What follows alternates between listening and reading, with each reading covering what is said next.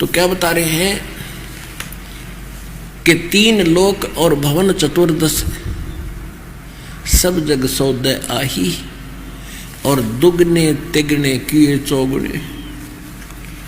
जो पुण्यात्माएं हैं जिन्होंने लगन लगी है भगवान की, सत भक्ति कर रहे हैं, नेक नीति से जी रहे हैं, उन्होंने तो इस मनुष्य जीवन के जो मूल धन लेकर आए थे, मूल पूंजी, उसके दोगुने तिगुने चौगुने कर लिए, यानी साहूकार बन गए भक्ति के।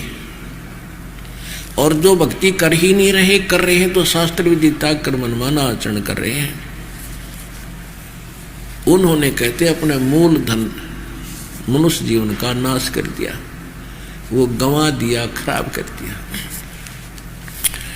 फिर क्या बताते हैं, ये दम टूटे और पिंडा फूटे, फिर लिखा दरगाह माही, कि यो शरीर आपका, यो पिंड कहते शरीर को, यो पिंड फूटेगा, खत्म होगा, और फिर यो तन छूटेगा, शरीर श्वास खत्म होंगे, फिर आपका अकाउंट होगा उस धर्मराज की दरगाह, यानी उसके ऑफिस में, उसके दरबार में। फिर क्या बताते हैं कि उस दरगाह में मार पड़ेगी, जम पकड़ेंगे बाही, यम के दूत तेरी बाह मरोड़ कर ले जाएंगे, और जा दिन की मोह डरनी लग गए, लज्जा रह हकनाई, नर नारायण देह पाके तो फिर 84 जाई। अरे बोले आदमी, परमात्मा ने अपने जैसा रूप तुझे दिया है, किसी भी अन्य प्राणी का ऐसा सुंदर शरीर नहीं, इतनी बुद्धि नहीं, इतना वर्केबल शरीर नहीं। नर नारायण देह पाके, भगवान जैसा शरीर प्राप्त करके भी तू, और फिर 84 लाख योनियों की तैयारी कर रहा है अज्ञानता के कारण। फिर क्या बताते हैं कि जा सतगुरु की मैं बलिहारी, जो जामन मरण मिटाई। अब इसमें कमाल कर दिया है कि सतगुरु, उस सतगुरु की बलिहारी कुर्बान हो जो जन्म और मरण के रोग को समाप्त करे।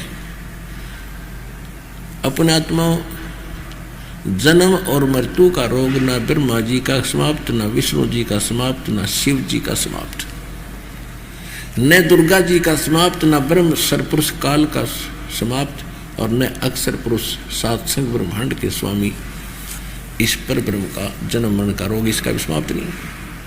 तो इनकी साधना करने से हमारा कैसे जन्म मरण का ये समाप्त हो जाएगा झंझट?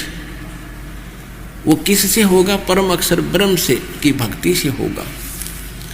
और उस परम अक्षर ब्रह्म की भक्ति और ज्ञान या तो स्वयं परमात्मा बता रहे थे, या फिर जिन महापुरुषों को वो मिले उनको उन्होंने बताया, लेकिन वो समाधान आगे कंप्लीट देना अलाउड नहीं था।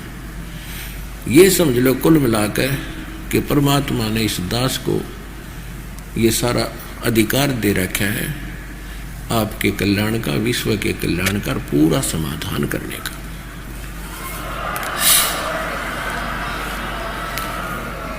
तो आप कह रहे हैं कि जा सतगुरु की मैं बलिहारी, जो जामन मरण मिटाही, और हमारा मूल उद्देश्य यहीं से स्टार्ट होता है कि जन्म मृत्यु सदा के लिए समाप्त करेंगे। अब बच्चा पढ़ता किस लिए है? कॉलेज में, चाहे वो कितना अच्छा कमरा हॉस्टल में ले रखा उसने, और वहाँ ठाठ से रह रहा है, लेकिन वहाँ रहेगा कितने दिन? विद्या ठीक से नहीं पढ़ेगा तो उसको निकाल दिया जाएगा, हॉस्टल से भी निकाल दिया जाएगा जब फेल हो गया।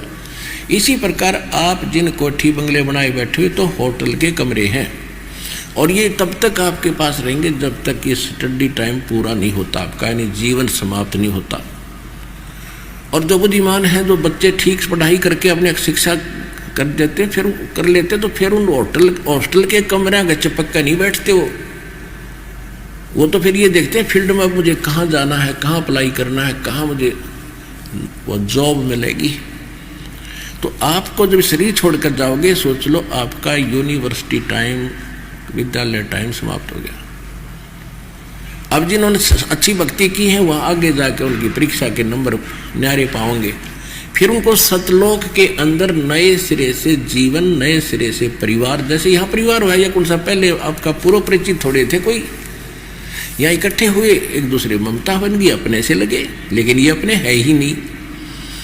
या तो हमारा भूल लगी हुई है और ये लगी भी रहेगी, लेकिन भक्ति करने से इस भूल के साथ साथ हम ये काम कर जाएंगे और इस परिवार को भी मार्ग पर लगाएंगे।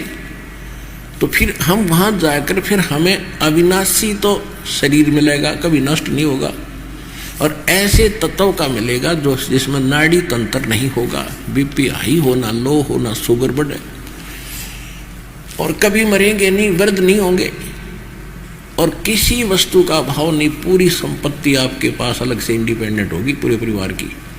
राग द्वेष नहीं, वहाँ पर कुविचार नहीं, किसी को कोई सताता नहीं, ये भाव नहीं उत्पन्न होता वहाँ पर। तो हम यहाँ गंदे लोक में कोई 2 लाख रुपये लेकर और चल पड़े कहीं रास्ते में, 100 बार देखता कोई आके दुष्ट छीन ना ले।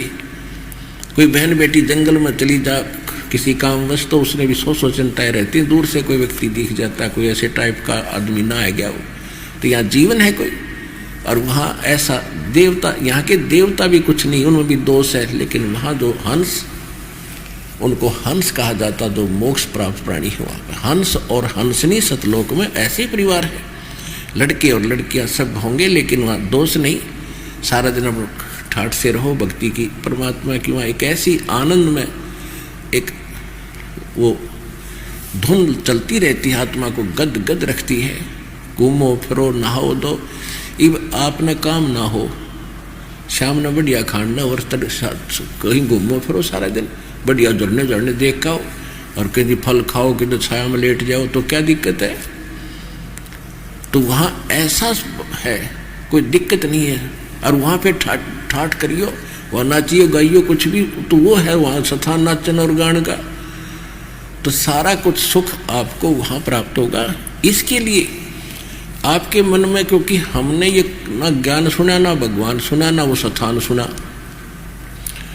तो मन में ये जल्दी सी समाती नहीं। क्योंकि जो सतलोक की महिमा गाने वाले, सत्संग का जो विधि बताने वाले भी परमात्मा को कहते सतलोक में प्रकाश ही प्रकाश है, वहाँ कुछ भी नहीं है, आत्मा उसमें जाकर मिल जाती है जैसे बूंद समुद्र में। यो खाक ज्ञान था इनका।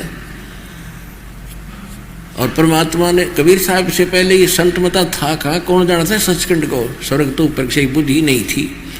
तो परमात्मा ने जो ज्ञान बताया और संत महापुरुषों ने देखा, आदरणीय गरीबदास साहिब जी ने, आदरणीय धर्मदास साहिब जी ने, आदरणीय नानक साहिब जी ने, आदरणीय गीसा साहिब जी ने, आदरणीय दादू साहिब जी ने, आदरणीय मुलुकदास साहिब जी ने, आदरणीय रामानंद स्वामी जी ने, तो इन सभी ने वहां जो देखा वो यहाँ बताया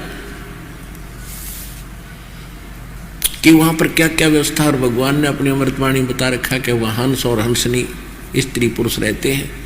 परमात्मा साकार है, बाग बगीचे हैं, सुंदर जो फल सदाबहार वृक्ष हैं, वहाँ पर कोई दिखती नहीं है।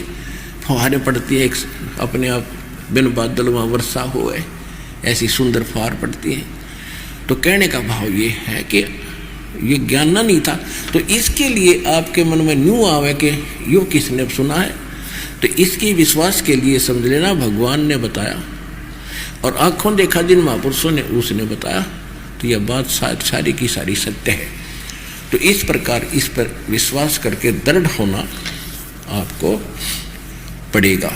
इस तरह दृढ़ता करने के लिए इतना ही पर्याप्त है कि भगवान ने बताया और जिन महापुरुषों ने परमात्मा को देखा, सतलोक ले गए, उनको वापस छोड़ा, उन्होंने प्रमाणित किया, तो यह बात सत्य है।